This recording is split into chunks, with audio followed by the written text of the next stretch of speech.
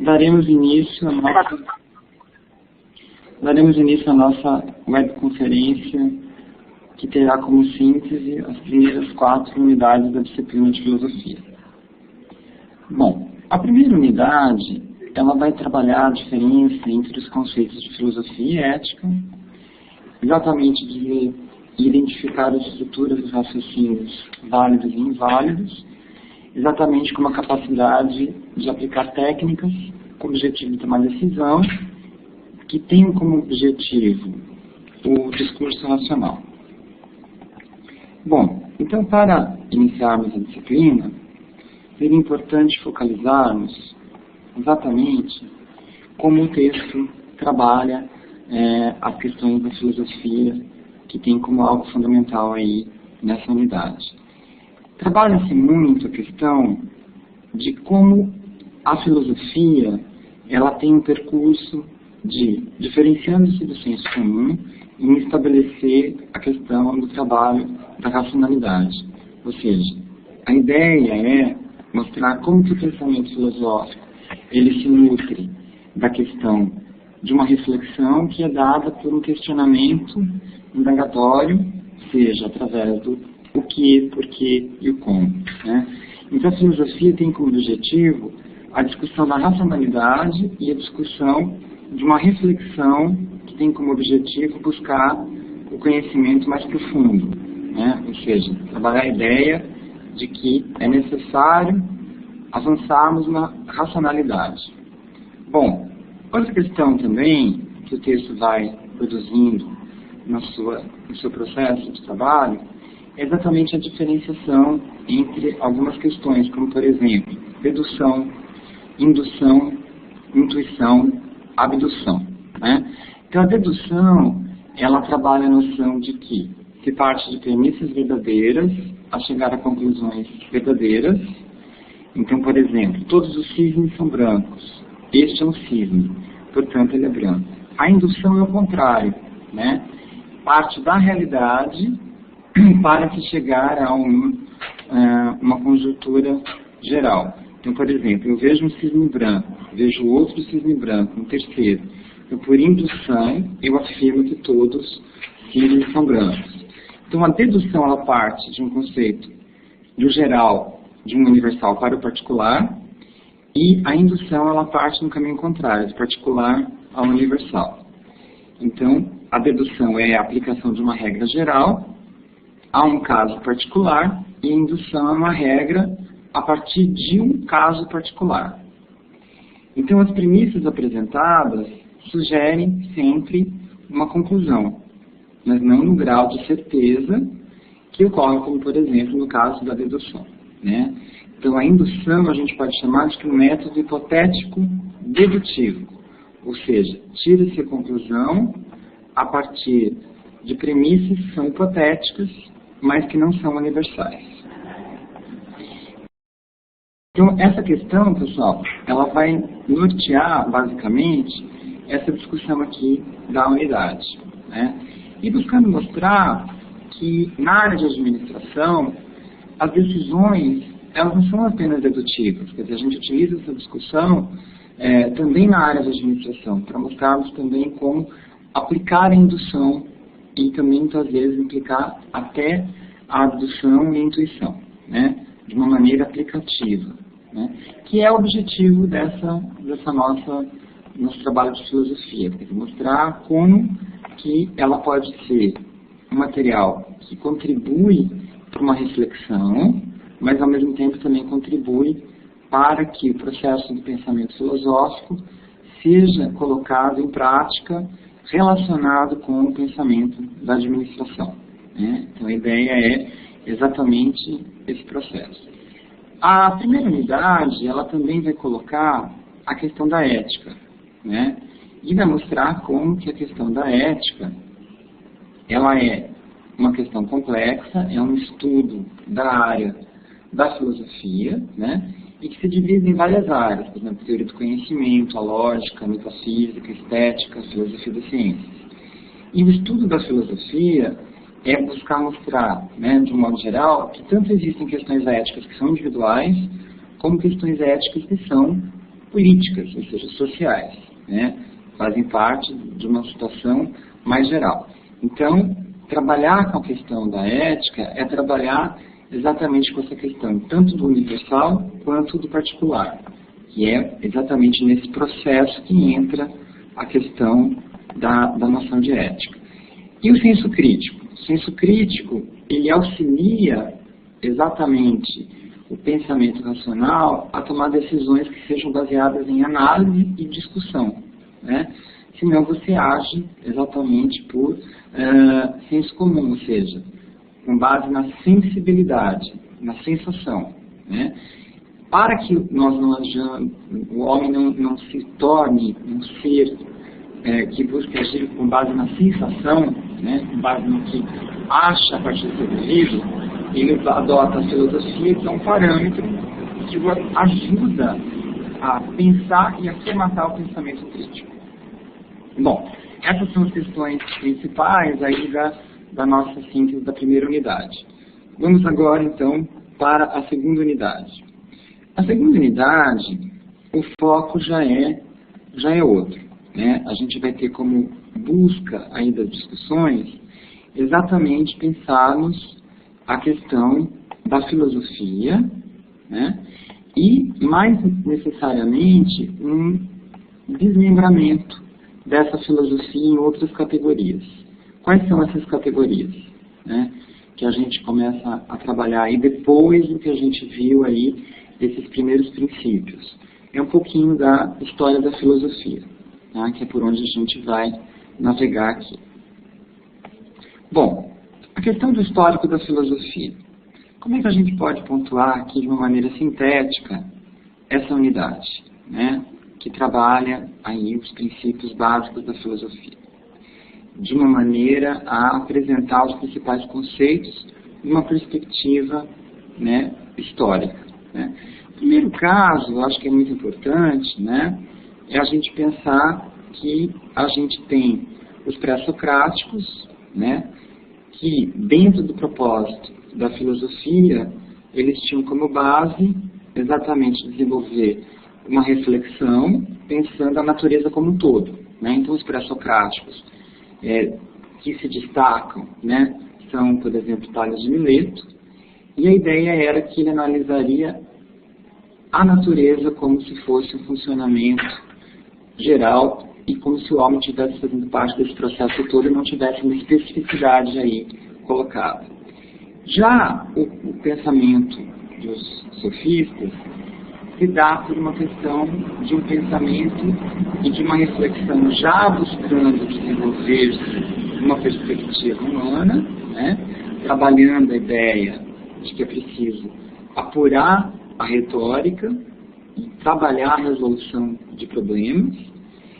E Sócrates é aquele que vem, num processo de filosofia, desenvolver, através de uma visão de Platão, um tipo de filosofia que busca questionar os valores impostos por aquela aristocracia vigente na Idade Antiga, né, na Grécia Antiga.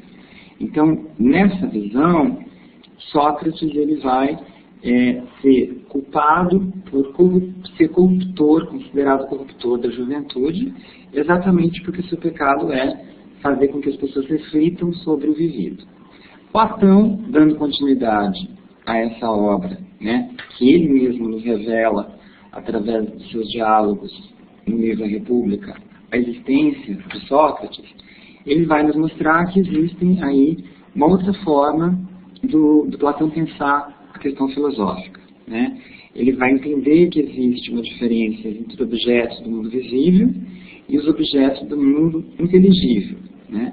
E no mundo inteligível é onde reina o bem, né, que é na parte superior, que é o princípio de tudo, dado pela dialética, né? Então a gente tem aí uma ideia bem desenvolvida e que vai ser consagrada exatamente em um quadro que é colocado, onde ele diferencia o mundo inteligível, são os modos de conhecimento que se dão pela inteligência e pelo entendimento, e o mundo da visibilidade é quando o homem é norteado e pautado pela crença e pela suposição, né?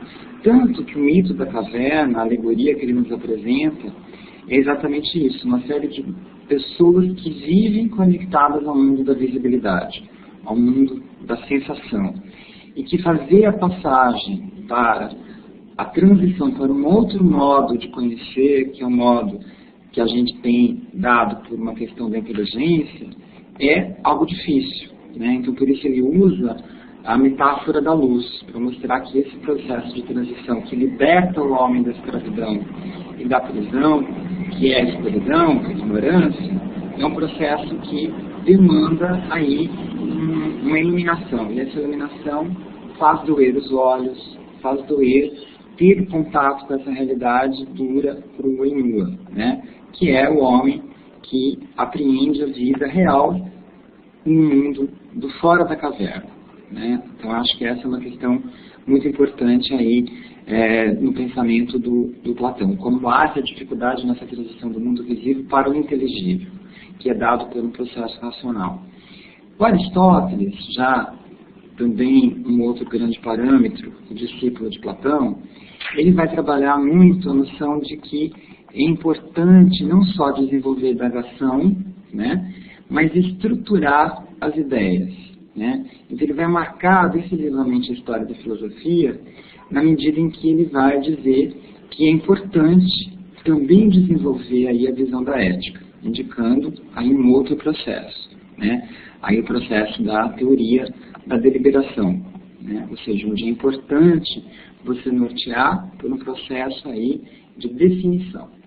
A filosofia medieval, aí colocada aí, ela vai exatamente mostrar como que, na Idade Média, o homem se apropria de questões tanto de Platão, né, Santo Agostinho, faz uma reapropriação das ideias de Platão e das ideias de Aristóteles. Então, o místico vem pela questão de Platão e a razão vem pelo Aristóteles, né?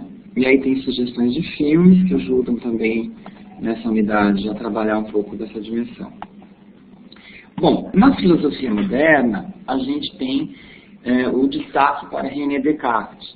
O método cartesiano, ele busca recusar qualquer verdade vivenciada na experiência. Então, a ideia do pensamento cartesiano, que nos faz até hoje estarmos atrelados a esse modo de pensar racionalizante, é entender que todas as lógicas são inatas, nascem com o homem. Então a verdade está dentro do homem, basta ele olhar para si. E o homem não aprende com a realidade, com o empírico, né? O empírico, na verdade, é uma falsidade. Então, é nesse sentido que ele diz, eu penso, logo existo. Então era tão firme, tão certa essa suposição, que não há como você não aceitar. Então isso vai demarcar todo o nascimento de uma ciência e ao mesmo tempo demarcar as grandes questões que vive a ciência até hoje, né? Ou seja, entre um lado a questão da razão e o outro, como é que você lida com a subjetividade. Até hoje há uma questão aí de não saber lidar com isso. Mas o mundo já é questionado nessa visão cartesiana, né? De que o mundo só é elaborado a partir da mente, ou seja, que os outros processos, como nesse caso a sensação corporal, são enganos, né? Pascal é um outro filósofo moderno que desenvolve trabalhos aí importantes na teoria da geometria, matemática e física, e ele vai exatamente buscar mostrar como o pensamento pode ser importante na medida em que busca essa universalidade da razão. E o empirismo, mais para frente no texto, é exatamente dado, né, por uma crítica feita por Bacon a esse método que é totalmente racionalizador, que retira a possibilidade de pensar o empírico, ou seja, a realidade tal como ela é. Ou seja, a ideia da experimentação foi durante muito tempo retirada da realidade de percepção do mundo. Então hoje volta, e principalmente com o Bacon, começa a se questionar. Não há como deixarmos de lado a questão da experimentação, né? O iluminismo, no século XVIII, vai colocar a sua crença no poder da razão, mas no poder de uma razão muito alicerçada por uma ideia de progresso da civilização, atrelada a uma noção de liberdade e felicidade, que não é para todos, né? E nesse sentido vai relacionar empirismo, racionalismo e humanismo. Humanismo no sentido de as ideias centradas no homem é que devem ser valorizadas, que é um pouco de um imaginário que se constrói em oposição às verdades do teocentrismo da Idade Média, né? Tanto que eles usam de novo a ideia da luminosidade, da luz, como metáfora de um processo de conhecimento.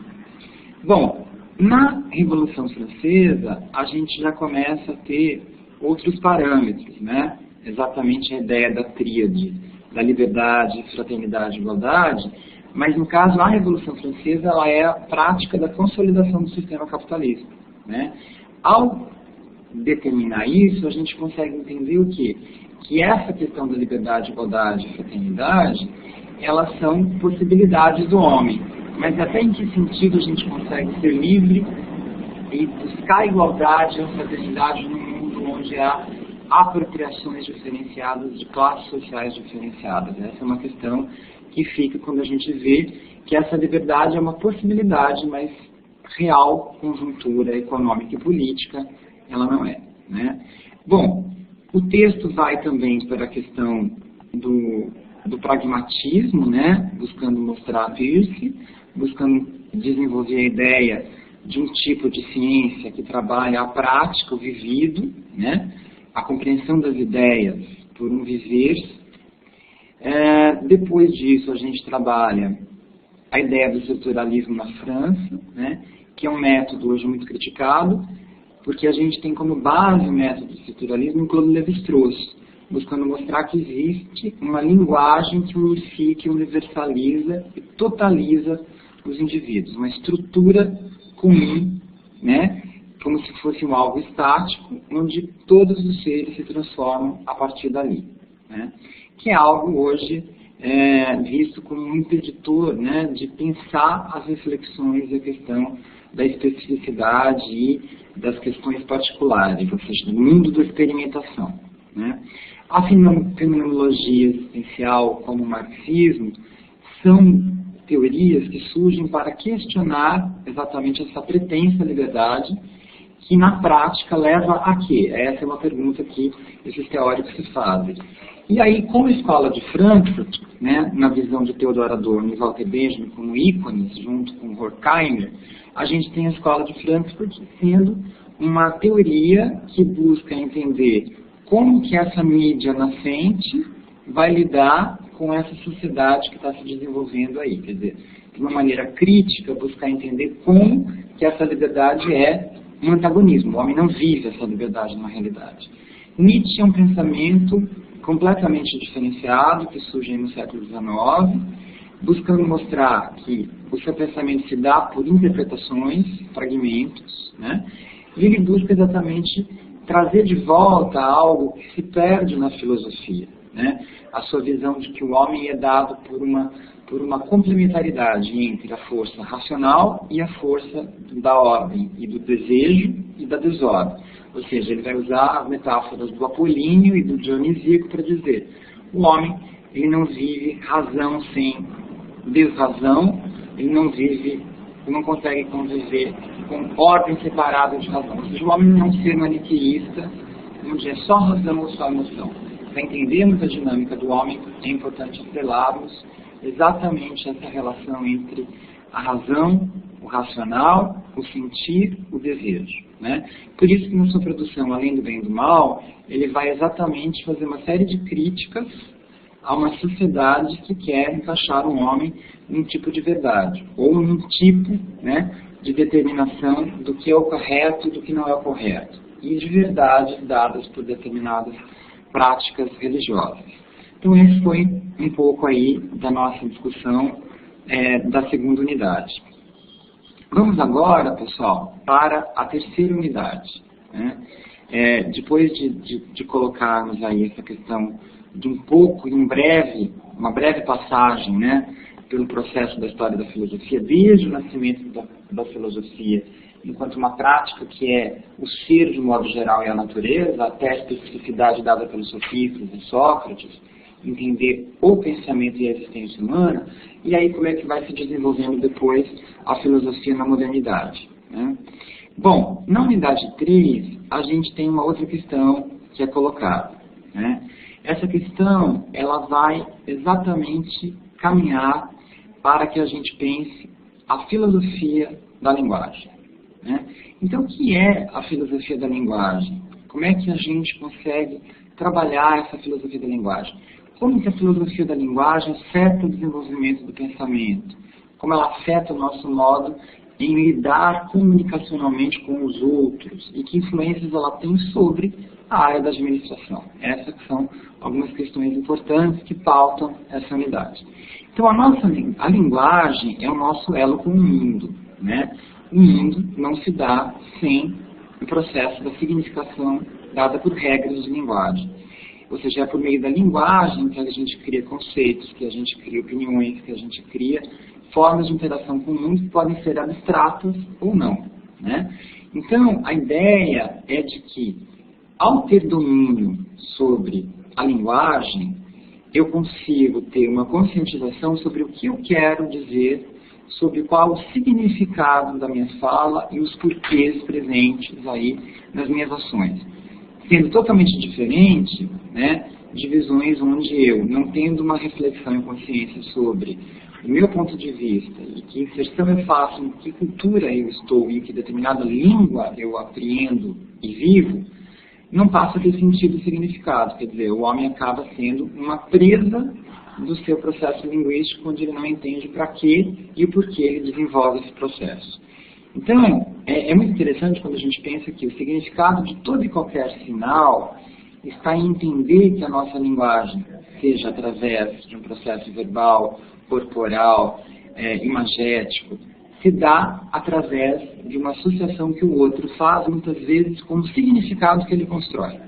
Então, por isso que é importante a gente também ter como parâmetro os significados e as decorrências dos significados daquilo que eu transmito enquanto um signo, né? Que é um modo de expressar. Essa é uma questão que é bem discutida na unidade, né? Que vai nortear aí muito o caminho desse processo, né? Exatamente distinguir os tipos de línguas e mostrar como que, por exemplo, o brasileiro tem características diferenciadas, por exemplo, do holandês, ou seja, como que a gente vai construindo um tipo de linguagem que dá um certo universo que caracteriza o homem no mundo, né? E isso muitas vezes é apropriado para entendermos, né? Seja através da semântica, né? Ou seja através do signo, que é a imagem da representação do que eu digo, né? Que é exatamente aí que o texto também vai buscar se desenvolver. Bom, depois nós vamos trabalhar aí que o significado ele não tem uma existência independente, né? Quer dizer, quando eu desenvolvo um determinado sistema linguístico, eu deixo em aberto uma série de significados, que são formas de recorte da realidade, né? Que são formas como eu demonstro como o outro deve ver e deve ser ouvido. Quer dizer, isso é muito comum na empresa, né? Quando a gente tem a ideia de que um indivíduo ele não consegue decodificar os elementos da cultura empresarial X da qual ele faz parte, é exatamente porque ele não conseguiu aprender as características específicas do modo como aquilo é representado, como é desenvolvido. Ou seja, ele não conseguiu apreender o significado, né? E perceber que há significados diferentes dentro de um mesmo processo, né? Então, uma língua ela pode representar um significado comum a todos, mas você pode ter uma língua e um modo de dizer apropriado em um determinado lugar que tem uma determinada visão sobre a sociedade. Tá? Então aí nesse capítulo a ideia é discutirmos aí o quanto a língua forma o nosso olhar sobre o mundo e quanto que pensar as diversidades linguísticas e também pensarmos as diversidades de formas de pensamentos que existem nessa realidade, né? O modo como nós nos expressamos. O brasileiro se expressa muito pelo riso, o brasileiro se expressa muito por diminutivos, o brasileiro se expressa muito por um modo de dizer sem se ater muitas vezes em questões da racionalidade, porque ele pressupõe que você sabe uma série de coisas. Quer dizer, então, é entender que a forma de linguagem é a forma como a cultura recorta o mundo, né? Como ela faz a leitura do seu mundo. E por vezes você dá como algo simples e corriqueiro que você traduziu e recriou o que um outro disse. Então é necessário entender que o ato de pensar ele está movido por uma estrutura linguística. E para eu entender esse modo de pensar, eu preciso entender qual é essa estrutura linguística, e no caso, uma estrutura linguística brasileira que por vezes não se dá por um processo de racionalização, né? Daí a dificuldade de entendermos o outro. Bom, pessoal, agora vamos para a reflexão da nossa quarta unidade. Na quarta unidade, depois de passarmos por esses aspectos, a ideia é agora pararmos um pouquinho para discutirmos alguns meandros específicos de uma relação que é bem plausível.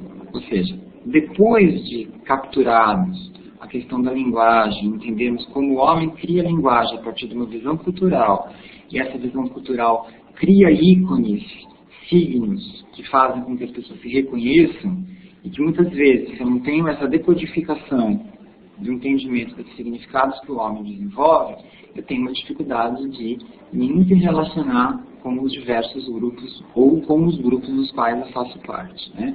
Então a gente viu que está bem mapeado, saindo de um processo de uma filosofia mais geral, discutindo quais os significados gerais do ato de filosofar, passando por uma questão da história da filosofia, entrando na questão da filosofia da linguagem, mostrando como a linguagem é o cerne do processo da comunicação humana, já que comunicação é também pensar o nosso gestual, o nosso imagético, o nosso texto não verbal, né? E agora, na unidade 4, é pensar estilos de liderança. Quer dizer, é uma forma de comunicação, de interação que está presente aí no estilo e na vivência das empresas. Bom, como é que a gente, então, faz o entendimento dessa unidade? É trabalhar um pouco a questão de que a relação entre liderança e ética, né, são temas conectados, mas que, no dia a dia, muitas vezes, as pessoas desconectam e atribuem autoridade a alguém que não tem um processo racional, né? Ou seja, uma autoridade que se julga na competência de determinar regras e leis, sendo que não tem aí princípios de entender a organicidade, ou seja, entender muitas vezes como desenvolver noções éticas, que se dá por uma prática. Então aí a gente tem a função de um funcionário administrador que é um burocrata, né? É aquele onde os meios justificam qualquer fim. Ou seja, ele alinha o seu método de trabalho a um método que a gente chama de maquiavélico, que vem de Maquiavel. Ou seja, ele estrutura toda a sua forma de relacionamento na cultura empresarial com base em estabelecer relações de poder. E aí, quando você estabelece relações de poder, você identifica claramente um inimigo que deve ser vencido, passivos e submissos, e não seres colaboradores, né? Então, é muito importante que, na ética empresarial, a gente perceba que o líder é aquele que consegue planejar, organizar, comunicar, mas motivar e mensurar resultados de uma maneira a mostrar que todos têm uma importância na sua prática cotidiana profissional, do que exatamente em diferenciar hierarquicamente os bons e maus, os que são os ativos no processo e os passivos, ou seja, aqueles que dão para o processo de razão e aqueles que não dão, que é aquele que tem uma ação completamente burocrática. Agora, quando ele faz o seu papel de entender aí, de fato, a liderança, é quando ele entende o objetivo da organização, que é o de planejar e fazer com que todos tenham uma motivação no seu trabalho, e aí uma preocupação com uma eficiência que não mais é relacionada a um agir sem reflexão, né? Então a liderança passa a ser um atributo e uma função entre líderes que trabalham com colaboradores, e não líderes que trabalham com escravos, e nem líderes que trabalham com indivíduos que são desmotivados porque hierarquicamente são considerados superiores ou inferiores de um lado, superiores de outro, por exemplo. né?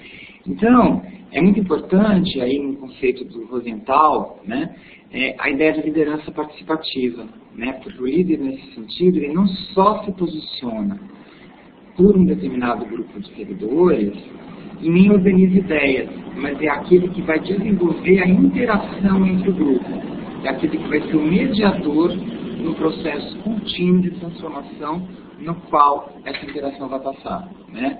Então, portanto, ele não é algo externo ao grupo, ele faz parte do grupo, né? Ele faz parte dessa comunidade, mas ele tem uma questão ética que é não só aquela função de dar ordem, né? Que a gente tem uma atribuição de uma visão tradicional de líder, mas aquele no qual você vivencia possibilidades de construção conjunta do trabalho. Quer dizer, esse é o grande desafio, né?